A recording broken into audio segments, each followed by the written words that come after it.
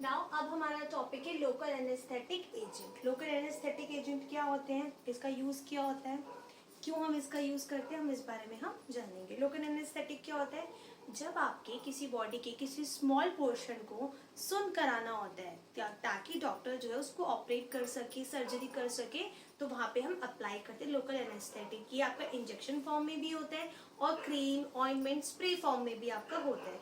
इसमें आपकी पूरी बॉडी जो है वो अवेक होती है, पूरी सेंसेशन, लेकिन सिर्फ उस स्मॉल, सपोज मेरे हाथ में यहाँ पर मुझे कोई इंजरी है, डॉक्टर को यहाँ पे कुछ ऑपरेट करना है, उसको ऑपरेट करने के लिए वो यहाँ पे कोई ऑइंटमेंट या फिर इंजेक्टेबल एनेस्थेटिक देगा और इतने एरिया में क्या हो जाएगा, मुझे कोई सेंसेशन की कोई फीलिंग नहीं होगी, लेकिन मेरी बाकी पूरी बॉडी में सारी सेंसेशन की फीलिंग होगी, मेरी पूरी बॉडी अवेक होगी।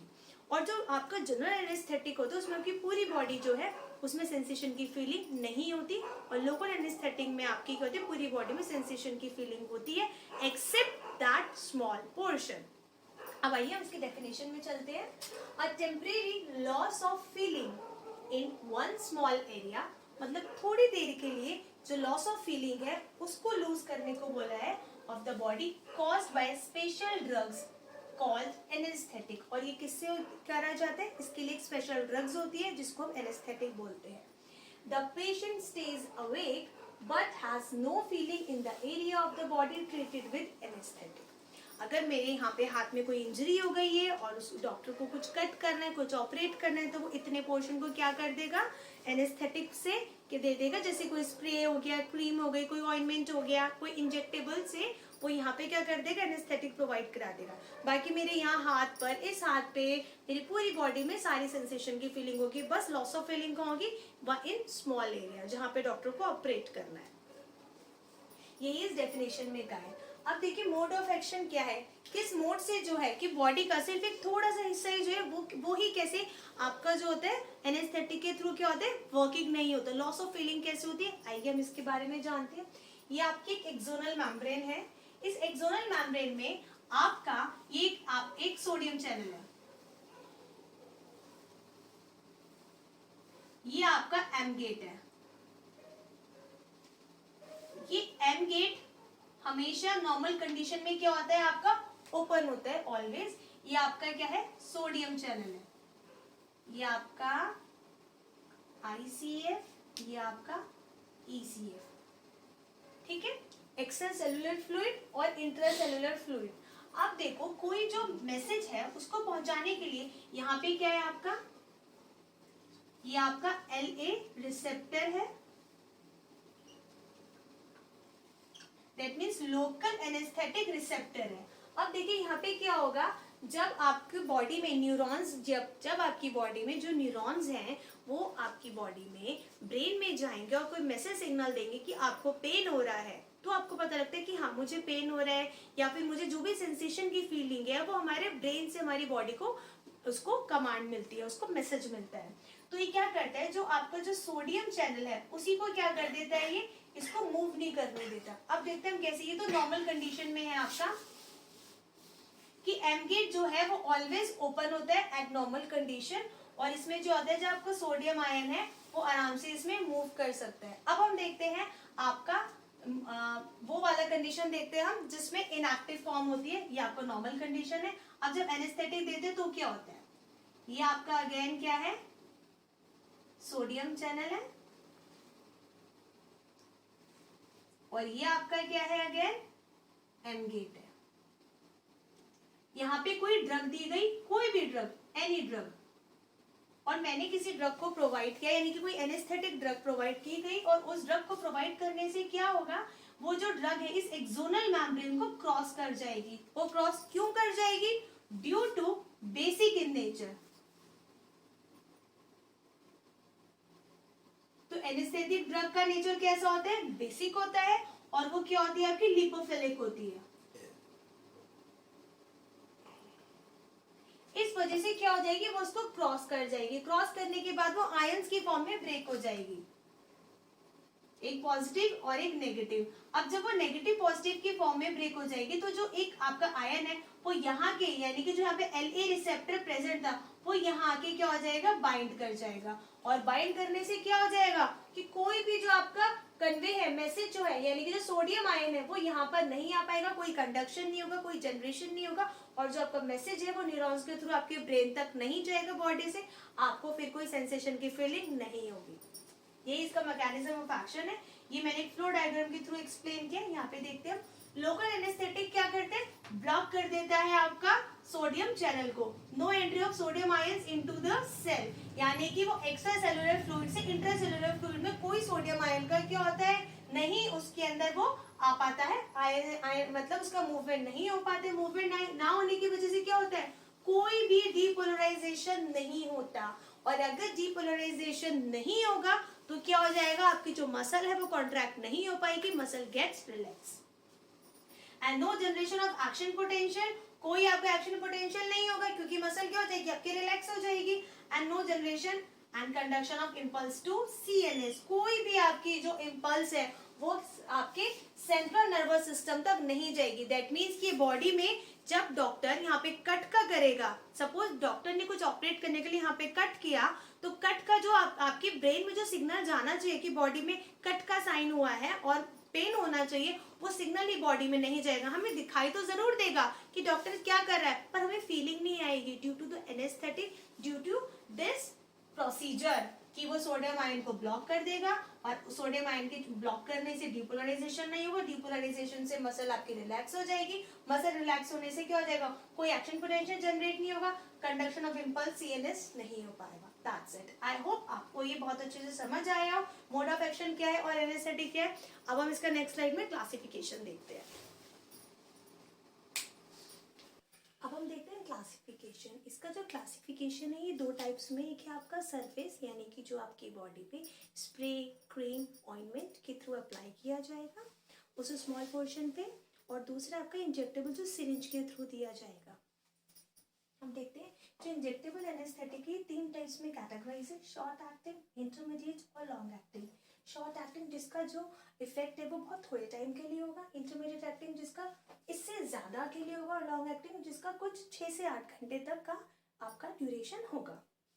तो हम देखते हैं शॉर्ट एक्टिंग में क्या है आपका प्रोकेन एंड क्लोरोप्रोकेन। इंटरमीडिएट में क्या है लीडोकेन, हम सबसे ज्यादा लीडोकेन के बारे में ही पढ़ने वाले हैं, और प्रिलोकेन। लॉन्ग एक्टिंग में टैट्राकेन और ब्यूपिवाकेन, ये आपका हो जाता है इंजेक्टेबल जो सिरिंज के थ्रू अप्लाई होगा।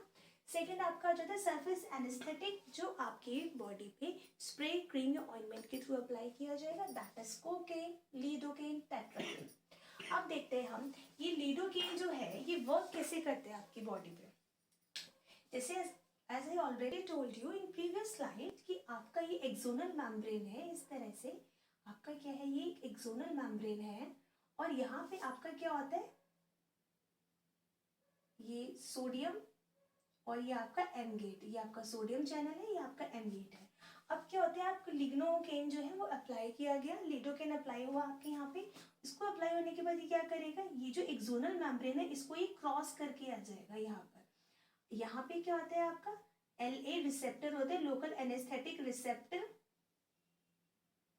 अब जो ये लिग्नोकेन है ये डिफ्यूज हो जाएगा थ्रू सेल मेम्ब्रेन, यहाँ पे आगे डिफ्यूज होके और क्या कर जाएगा, ये बाइंड, ये यहाँ पर आके क्या हो जाएगा, बाइंड कर जाएगा इस LA रिसेप्टर पे जो है, यहाँ पर आकर ये बाइंड कर जाएगा आपका ions and block Na entry into the cell. और जो सोडियम की जो यहाँ पे जो सोडियम प्रेजेंट है इस आयन को मूव करने से ये रोक देगा। ये जब आयन का मूवमेंट ही नहीं होगा तो डीपोलराइजेशन ही नहीं होगा, डीपोलराइजेशन नहीं होगा, मसल आपकी कॉन्ट्रैक्ट नहीं होगी, मसल कॉन्ट्रैक्ट नहीं होगी, मसल आपकी रिलैक्स रहेगी, और क्या हो जाएगा, कोई सेंसेशन की फीलिंग आपके ब्रेन में नहीं जाएगी बॉडी से। जब बॉडी आपकी स्टिमुलेट होगी तो आपकी बॉडी में क्या हो जाएगा, कोई सिग्नल नहीं जाएगा। वही इसमें चीज बोली गई है, binds voltage gated in a sodium channel, block sodium entry into the cell, raise the threshold for excitation, and no generation and conduction of action potential।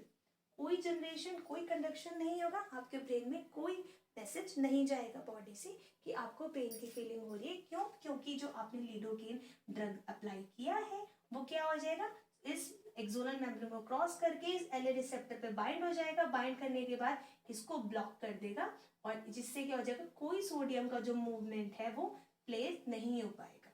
जब सोडियम मूव ही नहीं कर पाएगा, डिपोलराइजेशन हो जाएगा।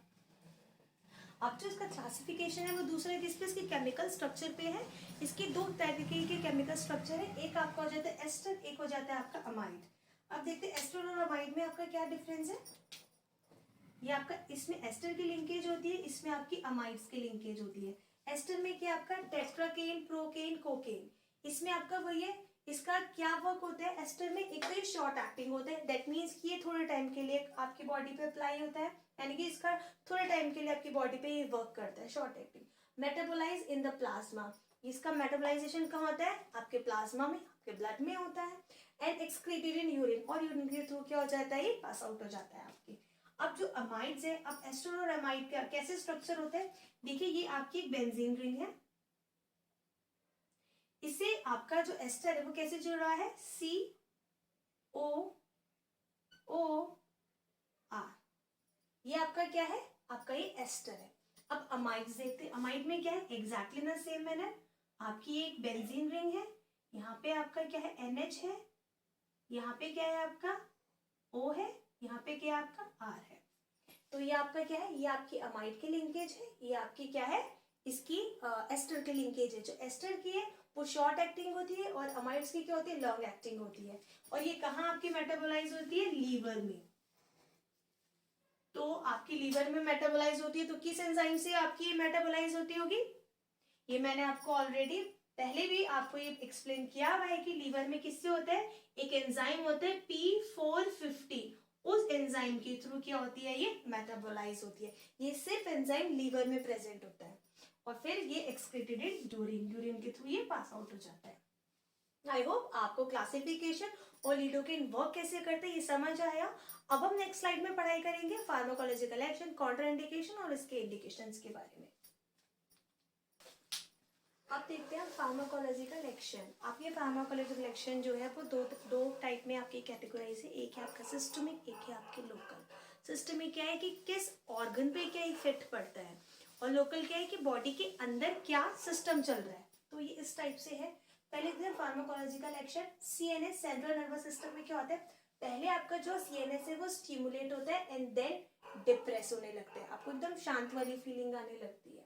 अब देखते हैं कोकेन। कोकेन क्या करता है, कोकेन एट हाई डोज, अगर कोकेन का हाई डोज हो जाता है तो उससे क्या हो जाता है, पहले यूरोफोरिया हो जाएगा आपको, यूफोरिया, फिर एक्साइटमेंट हो जाएगा, फिर कंफ्यूजन, फिर रेस्टलेसनेस, फिर अनकॉन्शियसनेस, फिर रेस्पिरेटरी डिप्रेशन, और रेस्पिरेटरी डिप्रेशन की वजह से आपकी डेथ भी हो सकती है। तो कोकेन इज वेरी डेंजरस, तो हमें इनकी क्वांटिटीज देखते हुए बहुत ध्यान रखना पड़ता है।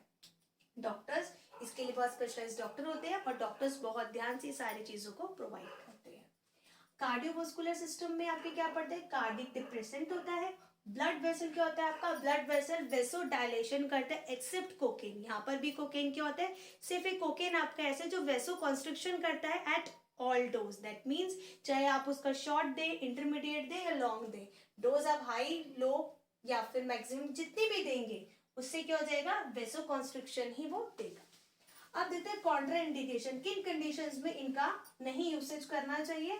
First of all presence of infection, अगर कोई इन्फेक्शन है तो उसको अवॉइड किया जाता है। एलर्जी है, कोई मेजर सर्जरी है, क्योंकि इसका यूज हम माइनर सर्जरी में करते हैं, मेजर सर्जरी में जनरल एनेस्थेटिक का यूज किया जाता है। पेशेंट विथ सीवियर रीनल और लीवर डिसीज, अगर पेशेंट को कोई लीवर डिसीज है, कोई रीनल है, और प्रेगनेंसी में।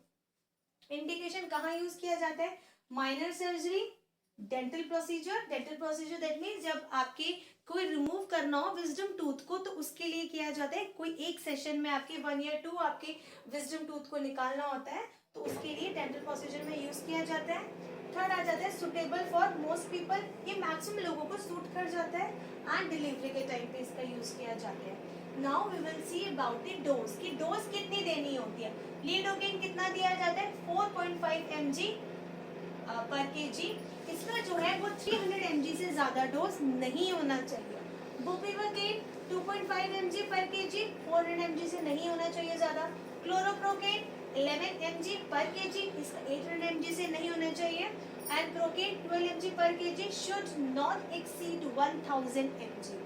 तो आपको ये चीज बहुत ध्यान में रखनी है कि ये सारी जो चीजें हैं, ये एक डॉक्टर जब सारी चीज देखता है वो बहुत ध्यान से इन चीजों को सारी चीज़ों को ध्यान में रख के पर्सन को, पेशेंट को, कंडीशंस को देख के, उसकी हिस्ट्री को देख के डोज प्रोवाइड करता है। ना आप देखते हैं फार्माकोलॉजिकल एक्शन आपको लोकली क्या इफेक्ट होता है, आपकी बॉडी में जो नर्व है वो ब्लॉक हो जाती है, सेंसेशन खत्म हो जाते हैं, तभी आपको क्या हो जाती है, नो फीलिंग ऑफ पेन हो जाता है, आपका न्यूरो मस्कुलर जंक्शन क्या हो जाता है, वो ब्लॉक हो जाता है। एंड ब्लॉक वो कैसे हो जाता है, क्योंकि वो डिले करा देता है एसिटाइल कोलिन का रिलीज मोटर नर्व से। जब वो डिले हो जाएगा तो ब्लॉक हो जाएगा, ब्लॉक होने से क्या हो जाएगा, कोई सेंसेशन नहीं होगी, सेंसेशन नहीं होगी, आपको कोई पेन की फीलिंग नहीं आएगी, वो लोकल एनेस्थेटिक का यही वर्क होता है। आई होप आपको ये सब समझ आया हो कि लोकल एनेस्थेटिक क्या होता है, इसका क्लासिफिकेशन, इसके सारे फंक्शंस, इसका फार्माकोलॉजिकल एक्शन, कॉन्ट्राइंडिकेशन, इंडिकेशन और इसकी मोड ऑफ एक्शन भी। Can you take screenshot of this? Thank you.